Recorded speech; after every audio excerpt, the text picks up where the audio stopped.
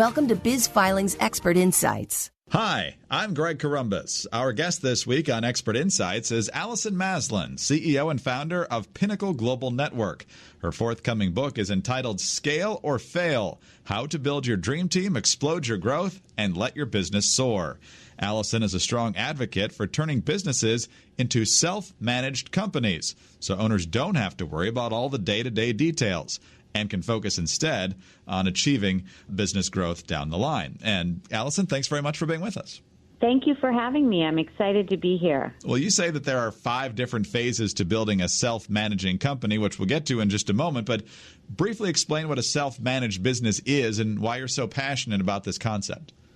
Well, business owners, you get into business and you have this dream of creating this big entity that is going to make a difference in the world and also for your family, your lifestyle, and have freedom. But business owners end up, creating a glorified job for themselves where they're working 24/7. And so what happens is that they are in the weeds of their business and they don't know how to make that shift working on the business instead of in it. And therefore, they keep hitting walls, and then they stunt their growth. Allison, let's get into the 5 phases now. The first 2 seem fairly simple. Phase 1 is the very start of a business, and phase 2 is kind of the bare bones structure of getting it off the ground. So elaborate on those 2 if you'd like to. Sure. Phase 1 is, you have this idea, you're getting it started, whether it's you or you and a partner, and you really are running the domain. It's like being the sole proprietor, the 5-man or the 5-woman band where you're doing everything, right? You're passionate, you have this idea. And that will only get you so far, but it's a start. And then you move into phase 2 where you start to build a very small team. And, a lot of times business owners, they don't even get to this part, believe it or not, because they're afraid to spend the money. But the statistics show that if you hire within your first 6 months of business, you're going to get to 7 figures in about half of the time. So this is where you have a few employees. It's probably like a bookkeeper, an assistant, and maybe a marketing person. But you're still approving everything that comes in and out of your company. So, and then there's phase 3. Should I just continue to go on here? Yeah, phase 3 is really where it starts to really build here. So talk about the components there. So phase 3 is then you start to really build out your team. You're getting a demand. People are wanting your product or service. You're needing to market your service, and then you're needing to fulfill that service so it goes beyond you, because there's only so many customers that you can handle in, an 8-hour, 10-hour period. So you've got your admin, your finance, your marketing, your sales, your customer service. And usually there's, more than one person in that area, maybe 2 or 3. So you start to build a small team. And what also happens here is you start to see a clearer vision of the company. Like in the beginning, it's more of a dream, but now, you have systems and processes that are starting to form. You're beginning to have meetings with your team, and you're getting more consistent. But what happens still here is the team can feel frustrated, maybe unmotivated. You're still operating like a boss and telling everybody what to do, and maybe they're not living up to your expectations. It's because you're still forming things here. It's still not completely clear yet, but it's starting to come together. And the truth is that according to Gallup, over 70% of workers say they are disengaged in the workplace. And that's why, a lot of people aren't getting out of this phase 3. So this is a real crucial time in the scaling of a company so that you can move on to phase 4, where there's a lot more hope. Yes. And fun. Yes, exactly. Which we'll get to in just a second. But as you're building this team, phase 3 would seem like the phase where getting the right talent in place to build out from there is very critical. Yes, there is a saying that goes, what got you here will not get you there. And a lot of business owners will have some employees when they start, and they're great getting them to a certain level of growth, but they don't have the skills or the motivation or the passion or the experience to then take it to a much higher level. And so once you start getting to this phase and you're getting into like the 7 figures or multiple 7 figures, you almost need to reconstruct your company from that level like a new business, but not starting from the beginning. And so you've got to have your A players to get you there. It's like if you're going to the Super Bowl, you can't have your BC players. You need A players. Absolutely. So let's talk about phase 4, the exciting phase, as you put it. This is where it all really starts to come together. You've got your kind of ground level talent in place, and now you build upon that. And so this is obviously a critical phase to getting to the point where it is self-managing. How do you construct this now in this phase 4 to make sure that this is emerging the way that you want it to? By this phase, you start to see the superstars in your company.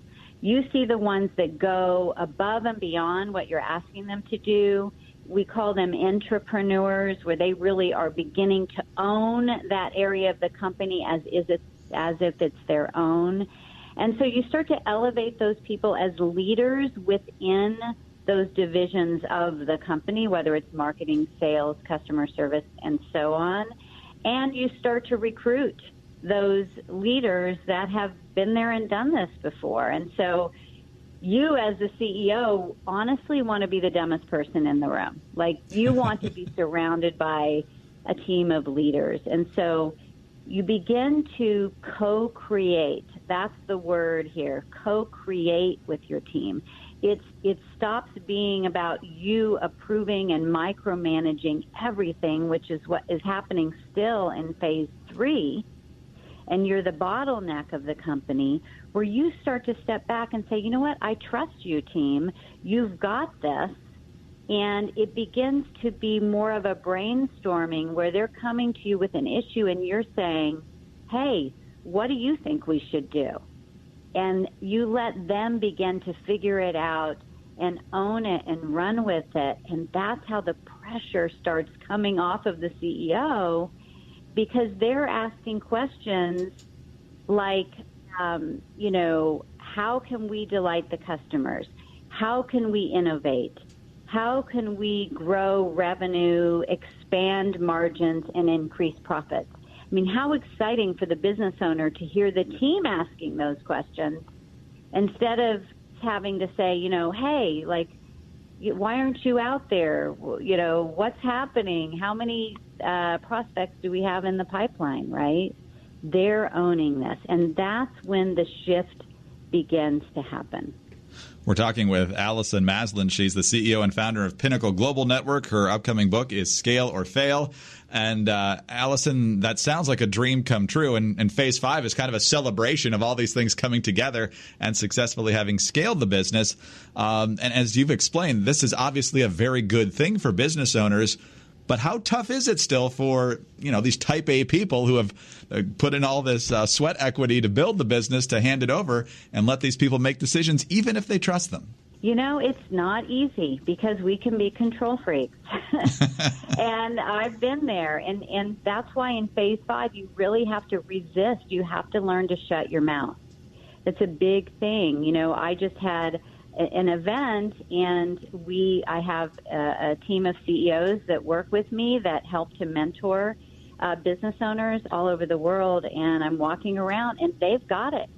I could jump in there and always add something, but basically what that's telling my team is, I don't trust you. So I step back and let their magic come out, because they really bring so much power and enthusiasm and wisdom to the table. So it really is about, you have to learn to step back and trust and let go. And then, your baby's going to grow. You're going to impact so many more people if you can, as the CEO, as the founder, can get out of the way, and maybe spend some time with your family and go take some vacations. So whether it's your own business or others you've consulted with, what is it like for these businesses when they get to phase 5? Well, some of them will say, gosh, Allison, I don't know what to do with myself. It's a very odd place to be. But then they also, it's not like they're leaving the business. In this role, they can be out building relationships. I mean, that's where the real growth happens, is who you know.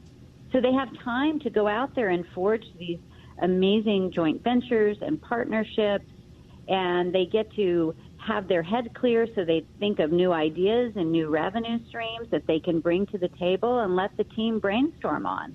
It's still their baby, but you don't have to carry it all on your shoulders, and that is where the freedom happens.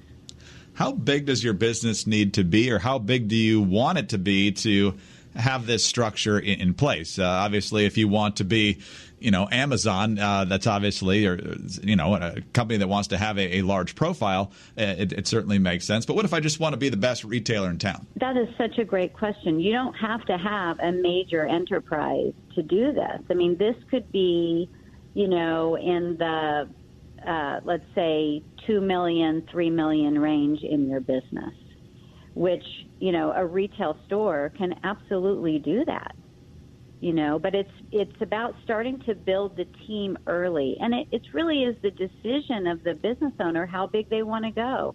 I personally think that most business owners think way too small, and they don't allow themselves to dream big. Why not get to 10 million or 20 million or more? So it really is, it's our limiting thinking that keeps us small. But you can have a wonderful life, take care of your employees so that their families are taken care of, and really get through these 5 phases in the early 7 figures of your business. Fascinating stuff. And once again, we should point out that in October of this year is when Scale or Fail will be available. Allison, great advice, fascinating concepts, and a really fun discussion. Thanks for being here today. Thank you so much for having me. And, you can actually order the book now on Amazon. It is on there. So, oh, fantastic. If people want to get a jump start. But thanks for having me today. Oh, you're welcome. Again, the title is Scale or Fail, How to Build Your Dream Team, Explode Your Growth, and Let Your Business Soar. I'm Greg Corombos. For more information on this topic, please call Biz Filings at 844-202-0707.